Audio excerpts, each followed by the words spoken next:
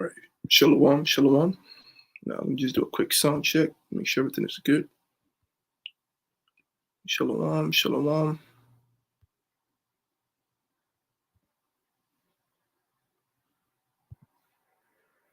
Shalom.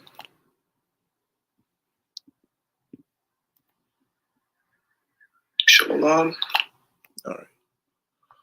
Shalom, Israel, shalom. I want to begin by giving all praise, honor, and glory to Yahweh, Bahashem Yahushai, Bahashem Rakakadash. Double honor to the elders and the apostles of Great Millstone, and enough respect to our brothers that are out there pushing and spreading the truth, which is the gospel of Yahweh Bahashem Yahshai to the folk of the world. Through the spirit and power of Yahweh Bahashem Yahshai, I just wanted to do a quick lesson. And the title of this lesson is, integrity is a defense. Right, integrity is a defense. And so what basically I want to try to the best of my ability to do is try to instill this idea of righteousness, okay, try to refresh our memory on how important righteousness is, okay, because like I said, if you're living in this world, it's easy for you to, take for granted righteousness. It's easy for you to take righteousness for granted, and it's easy for you to be swayed into the mindset of righteousness ain't doing me no good, so I need to start getting into wickedness. Okay, so this is gonna be to show you this. The purpose of this to show you by examples how righteousness has defended the men of the Lord and certain people, okay, certain women too, in the scriptures. All right, so let's get right into it. Let me. This is Proverbs chapter 11, starting from verse 3. It says, "The integrity of the upright shall guide them, but the perverseness of the transgressors shall destroy them. Riches profit not in the day of wrath, but righteousness delivereth from death." Am I sharing my screen? Righteousness. All right. "But righteousness delivereth from death. The righteous of the perfect shall direct his way, but the wicked shall fall by his own wickedness. The righteousness of the upright shall deliver them, but the transgressors shall be taken in their own naughtiness." All right. So this is First Peter. We're gonna get the advice of Peter in First Peter chapter 3, start from verse 10. It says, "For he that will love life and see good days, let him refrain his tongue from evil and his lips from that which speaketh no guile. Let him eschew evil," meaning run away, flee from evil, "and do good. Let him seek patience and ensue it. For the eyes of the Lord are over the righteous, and his ears are open unto the prayers, unto their prayers. But the face of the Lord is against them that do evil." Let me Shalom, shalom. I'm not shalom. Yahweh Hashem Yeshua Barakatha. All right. Verse 13, it says, "And who is he that will harm you?" That's right. Because Peter understands perfectly well that righteousness is a defense. Integrity will defend a man. When you're a good person, when you strive to be a righteous person, you are welcome everywhere. Even like I'm also gonna bring it out. Like even amongst people who hate you when you do righteousness, they can't they can't help but realize how real you are. They can't help but realize how how you fit into the world. "And who is he that will harm you, if ye be followers of that which is good? But if ye be sufferers for righteousness' sake, happy are ye, and be not afraid of their terror, neither be troubled, but sanctify the Lord God in your heart, and be ready always to give an answer to every man that asketh you a reason of the hope that is in you, with meekness and fear, having good conscience, that whereas they speak evil of you as evildoers," right, "that they may be ashamed that falsely accuse your good conversations in Hamashiach. For it is better, if the will of God be so, that ye suffer for well doing than for evil doing." All right. So right then and there, just look, righteousness. It's the best thing that you can ever pursue in your life. All right, because like I said, in this world that you're living in, it's easy for you to forget that fact. It's easy for you to forget the benefits of righteousness. Okay, but no, don't let the foolish claims of the wicked people of this world sway you from this path. Okay, stay on this path. All right. So the first example of integrity being a defense, I'm going to use David. Now, at this point in now, shalom to all the brothers in the comment board. At this point in David's life, he was Saul was alive, and Saul was seeking to kill David because he knows that David was coming up, and David was going to take his place as king. So at this point, David is fleeing, and he at this point of him fleeing, he meets the priest. So we're gonna get right into it. It says, and he inquired of the Lord. Oh, no. Select. Let me go up.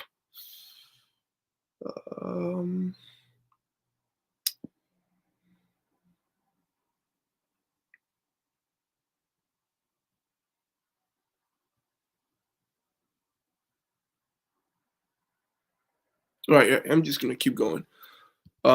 So 1 Samuel chapter 22 verse 10, it says, and he inquired of the Lord for him and gave him victuals, which is the priest, okay, and gave him the sword of Goliath, the Philistine. And the king sent to call Ahimelech, which is the priest that helped David. His name was Ahimelech. It says, and the king sent to call Ahimelech, the priest, the son of Ahitub, and all his father's house, the priests that were in Nob, and they came, all of them, to the king. And Saul said, hear now, thou son of Ahitub. And he answered, here I am, my lord. And Saul said unto him, why have you conspired against me, thou and the son of Jesse, in that thou hast given him bread and a sword, and hast inquired of God for him, that he should rise against me to lie in wait as at this day? And this is what Ahimelech replied. Then Ahimelech answered the king and said, and who is so faithful among all thy servants as David? You see? So I'm going to keep reading, but again, the things we do actually matter. People see what it is that we do, so let us, I can't stress this enough. We have to understand and appreciate the value of righteousness. I can't stress this enough because, throughout the whole video, I'm just going to keep repeating myself over again because it's an important lesson for us to all understand, the value of righteousness. And if you could just see how the righteousness of certain men saved them from certain situations, like I said, it's going to help you even more, understand even better. See. All right.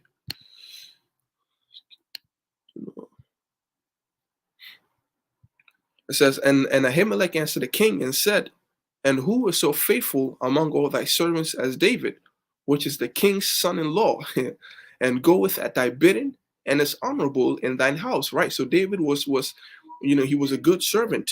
He was a man of integrity.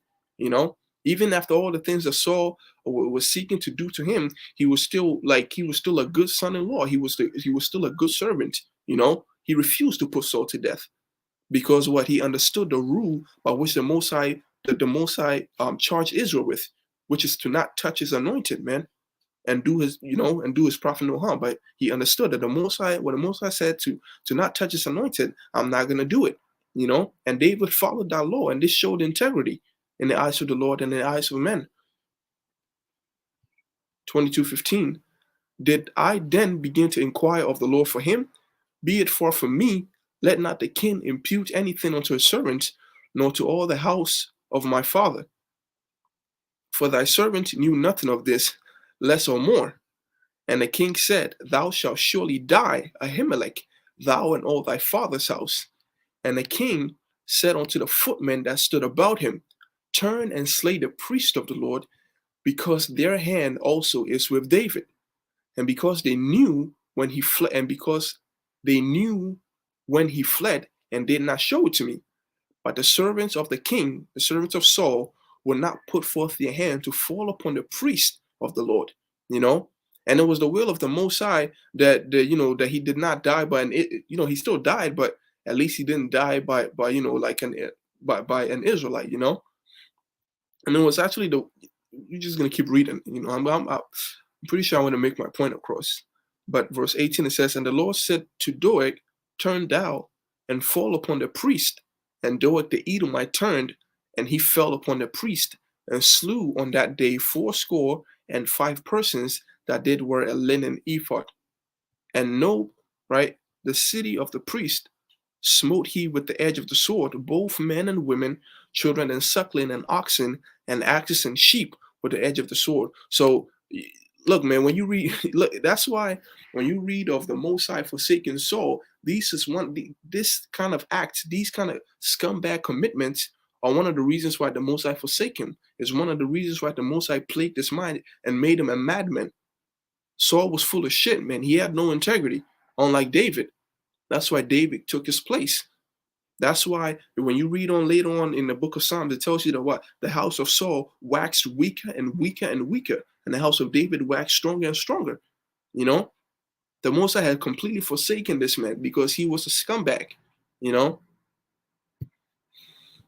so it's that first example. So we see how David, David's integrity, it helped him in a time of need.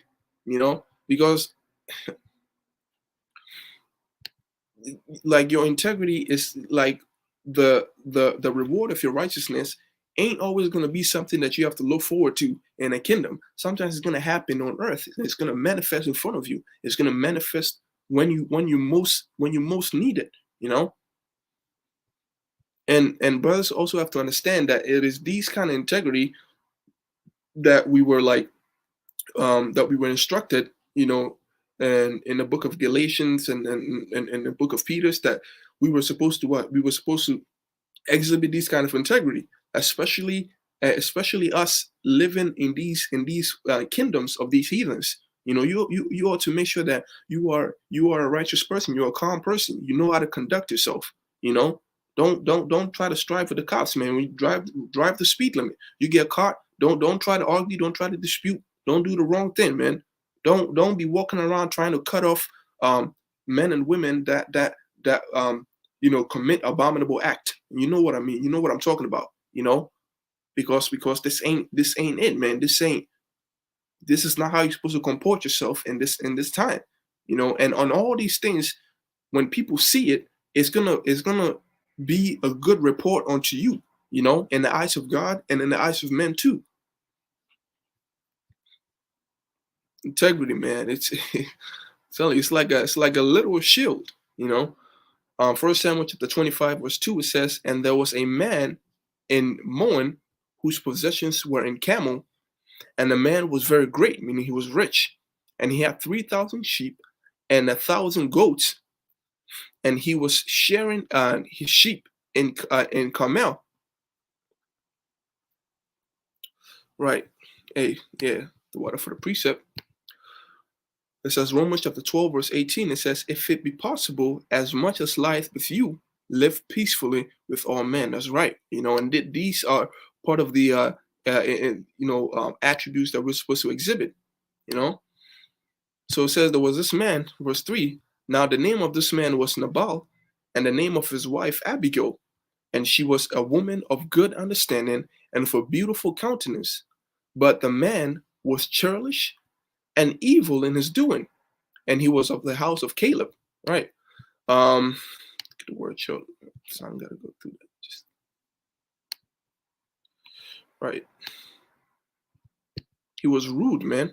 When you look up the word churlish, right, it says rude in a mean-spirited and slurry way. That's right. The man had a problem with everybody. Every little thing, it kind of ticked him off. And David heard in the wilderness that Nabal did share his sheep. And David sent out 10 young men, and David said unto the young men, get you up to Carmel, and go to Nabal, and greet him in my name. And thus shall ye say to him that liveth in prosperity, peace be both to thee, and peace be to thine house, and peace be unto all that thou hast. And now I have heard that thou hast shears. Now thy shepherds which were with us, we hurt them not, neither was there aught missing unto them, all the while they were in Carmel. Ask thy young men, and they will show thee. Wherefore let the young men find favor in thine eyes, for we have come in a good day. Give, I pray thee, whatsoever cometh into thy hand, unto thy servants and unto thy son David. So at this point, David is saying to Nabal, look, man, we were like we was with them. When we was with them, we protected their sheep. Okay, we made sure that they lost nothing. We were like a wall. We defended these men. We looked over their sheep. We made sure that nothing bad happened to them. And so I'm sending these young men to come to you, and we're gonna ask, give us something. If anything you can offer, give unto us, and as a way of saying thank you. You know. Now, a man of integrity would have agreed and said yes, and realize the what somebody did, the good that somebody does to you, and repay that goodness. But like it says, this man was churlish and he was foolish, and he was the son of Belial, which means a foolish man.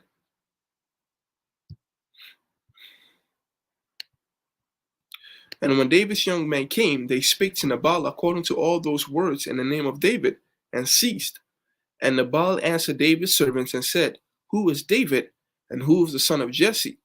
There be many servants nowadays that break away every man from his master.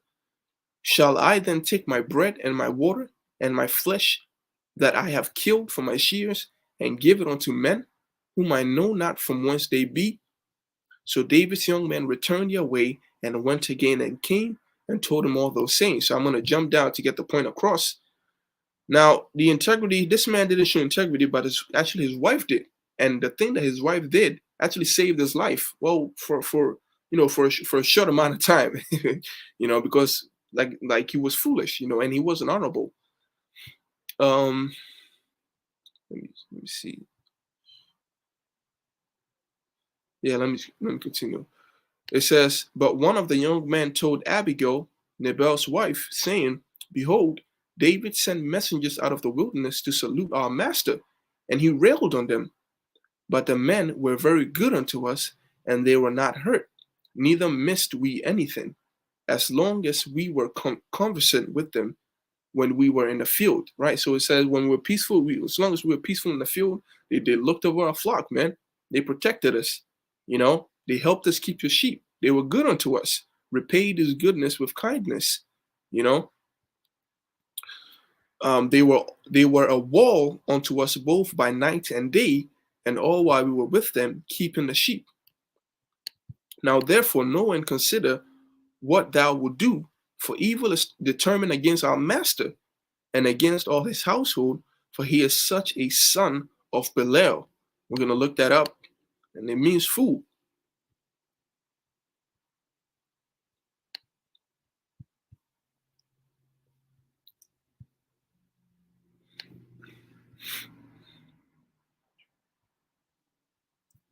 Come on.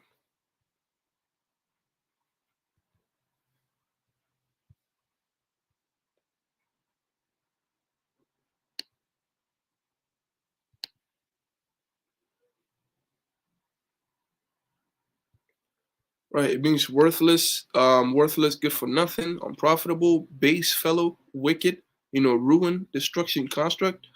If you had if you had the study Bible with you, and when you come across the word Belial, it'll actually tell you that it's synonymous with food, But nevertheless, these definitions they aren't too far off either way. So yeah, just want to get the point across. I don't want to make this to be too long. It's a very simple point. I just want to bring these examples out, these very few examples, because the scriptures is full of them, you know. Like I said, integrity or righteousness, it's very, very valuable, As a matter of fact, if brothers can get it, it tells you that it's actually profitable. It's profitable to be righteous than to be a fool with substance, man. I'm probably just gonna multitask and try to find it right now, but it says then Abigail made haste and took 200 loaves and 2 bottles of wine, 5 sheep ready dressed, and 5 measures of parched corn, and 100 clusters of raisin, and 200 cakes of figs, and laid them on asses. Right, and she said unto her servants, "Go before me." So she sends her servants across. Right, jump down and says, now David has said, "Surely in vain have I kept all thy fellow, all this fellow has in the wilderness, so that nothing was missed of all that pertaineth unto him, and he has requisite me evil for good." So what this man didn't know, because he was a fool, He didn't know that David has put like a death threat, on his head. That David was on his way to end his life right now and kill everybody in his household. He didn't know that. It took this woman's integrity to spare everybody in his household. Integrity. It'll save your life. So, so this is David swearing, says, "So and more also do God unto the enemies of David, if I leave all that pertaineth to him by morning light, any that pisses against the wall." So the men, it's like another way of saying the men, those that piss against the wall. So, and when Abigail saw David, she hasted and fell against his feet. And I just want to get the point across. So she has a conversation and she turns David's heart. Let's see. Right.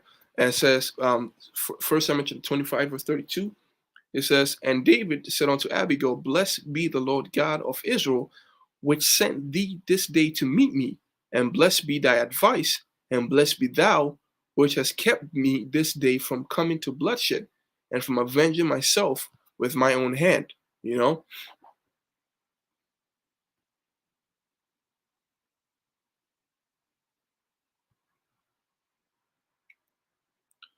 Right. I was referring to Proverbs chapter 19, verse 1. "Better is the poor that walketh in his integrity than he that is perverse, in his lips, and is a fool." Right. Um,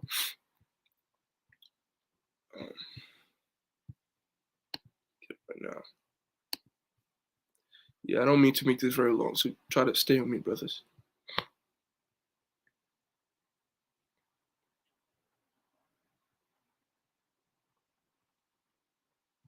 Right. It says, "So David received of her hand that which she had brought him, and said unto her, Go in peace to thine house. See, I have hearkened to thy voice, and have accepted thy persons." So this was the reward of integrity, and this was the punishment of a foolish man who did not give any thought into integrity. It says, so Abigail came by the morning. She was going to report to his husband Nabal what had transpired between her and David, and as to how he was almost put to death. But because she talked David out of it, she saved his life. She came to talk to her husband Nabal, and he was drunk. This says, well, for he was very drunk, and so she decided to tell him in the morning. But it came to pass in the morning, verse 37, when the wine was gone out of Nabal, and his wife told him these things, and his heart died within him, and he became as a stone. And it came to pass about 10 days after, the Lord smote Nabal that he died. Okay, the righteousness to integrity, the punishment, for the lack of it. Acts chapter 9. This is also one of my favorite. Look, man. I hope I'm still on topic, making myself clear to brothers. Acts chapter 9, verse 36, it says, "Now there was at Joppa a certain disciple named Tabitha, which by interpretation is called Dorcas. This woman was full of good works and alms deed, which she did. And it came to pass in those days that she was sick, and she died, whom when they had washed, they laid her in an upper chamber." Right. So this woman is dead, but instead of burying her, these people said, look, man, she was a very, very kind person, okay? And we're gonna go find the man of the Lord, and we're gonna persuade them to bring her to life, And for as much as Lydia was nigh to Joppa, and the disciples had heard that Peter was there, they sent unto him 2 men, desire him that he would not delay to come to them. So they tell him, look, man, you got to come quick, okay? Because this person is important.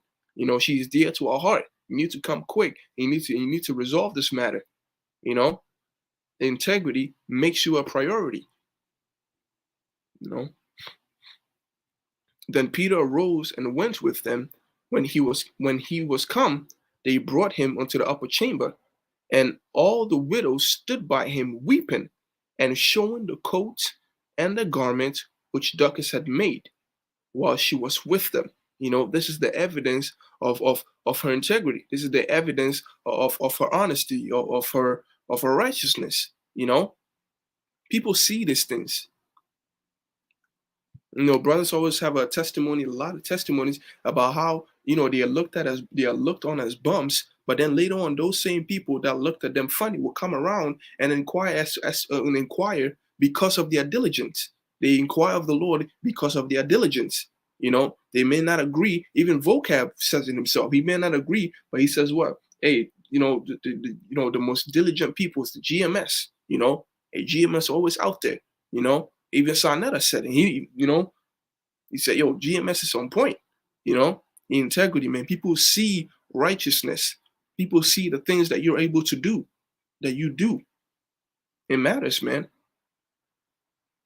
You know, somebody may come to you publicly and shame you, but inwardly they secretly wish they were like you. They wish they were as disciplined as you. They wish they could they had the strength and then like I said, the discipline to do exactly what you did, you know?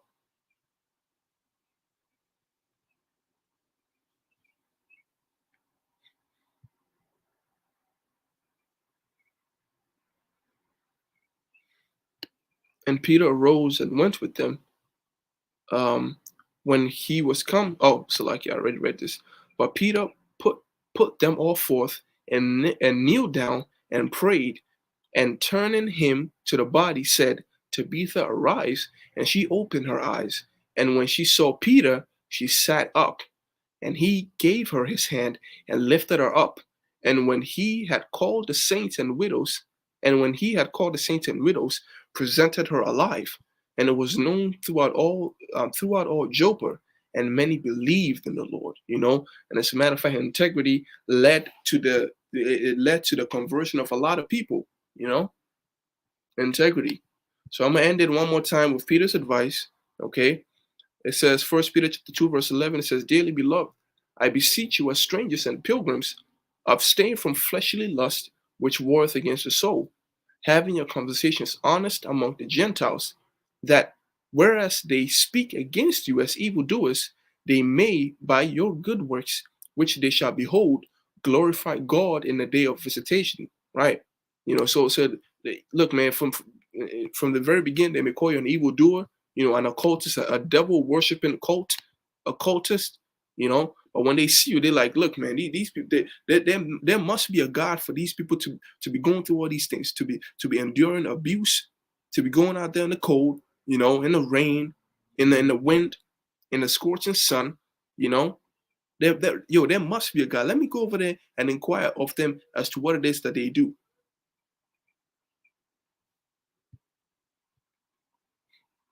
The Most High, when He made this word, when He made this world, He had it to where a righteous man thrives, you know, and it is so. Even when you see a righteous man that's kind of down, or you see a righteous man get put to death, die, righteousness still matters. You know, you don't lose in any possible way whatsoever when you pursue righteousness. You do not lose. Even in death, man, you gain.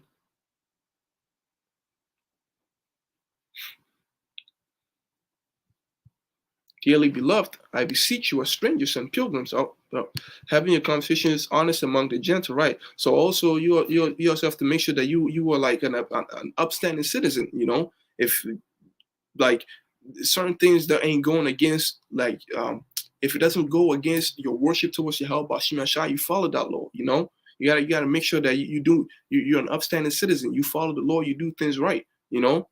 You don't try to you get stopped by the cops and you trying to fight, my man. You know, you don't do that here.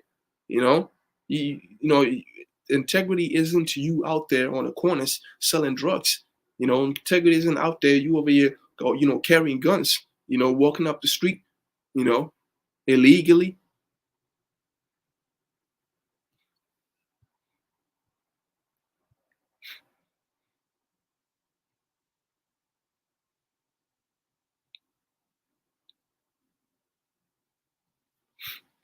You have to make sure that you know you're on point. You know, you have some.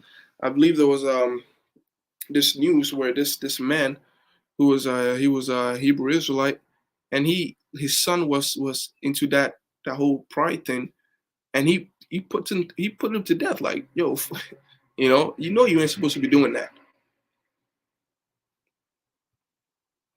This ain't the time for you. You have to learn to be wise, man. You have to learn to comport yourself.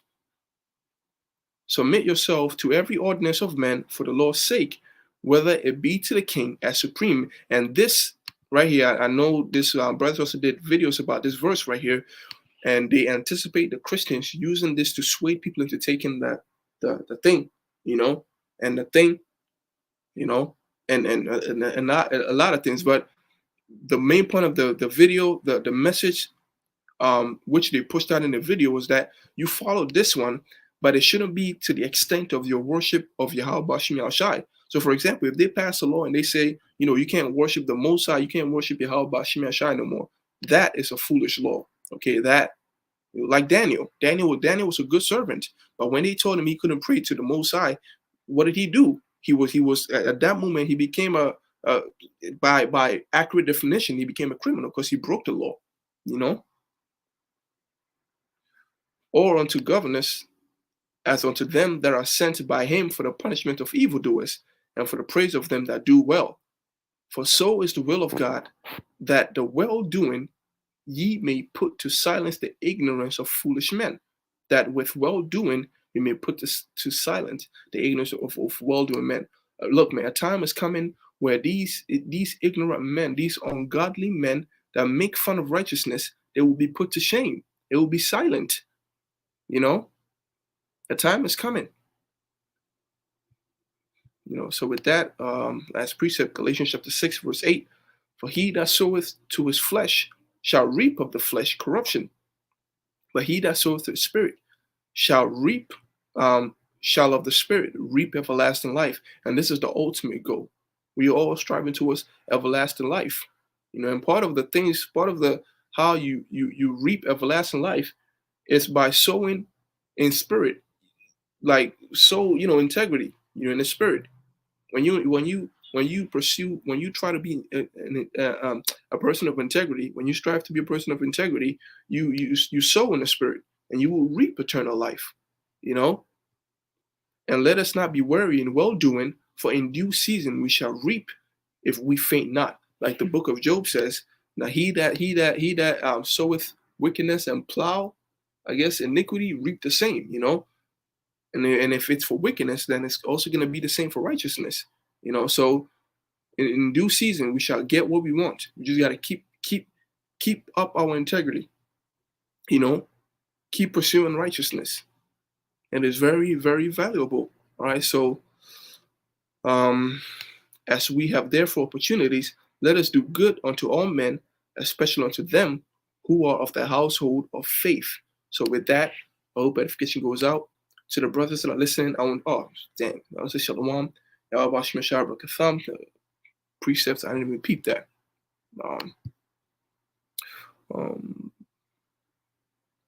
Right, 2 Ezra chapter 16, verse 73. Then shall they be known who are my chosen, and they shall be tried as gold and fire. That's right. So this thing that we're doing right now, this period of how do I put it? Like, of grievance that we're going through for our righteousness, it is just so we can be tried in fire. Like the scripture also says, I believe if I'm not mistaken, in the 2 Ezra, it says that we are being proved. The Most High is proving us, like the witnesses that we are, like the witnesses that we shall be, like as the witnesses that we are. The things we do right now makes us witnesses unto the Most High. Like the scripture says, man, when they see us, they glorify the Most High. Let me see.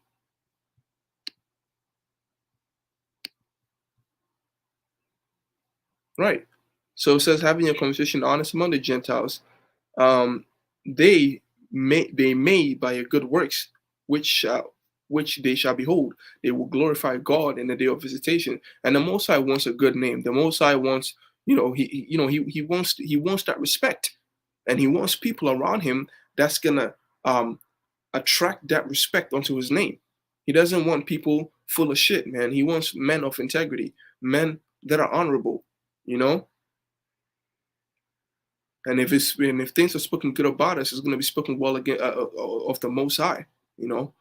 Wise men will hear and will increase in learning, and a man of understanding shall attain unto wise counsel. And so these things that I've read unto you, these things that the words of the Yahweh Bashmi Ashai speaketh unto us, these are words of wisdom, these are words of life, you know. And we being wise men, words alone should what? Should stay in our heart, should convince us. We should be able to learn by words alone, you know. A word to the wise is enough. You know, I like that saying, man. I never really thought about that, but it's actually very, very profound. A wise person, words are enough. But the fool, you just got to whip his ass, man. A foolish man, you got to beat his ass every day.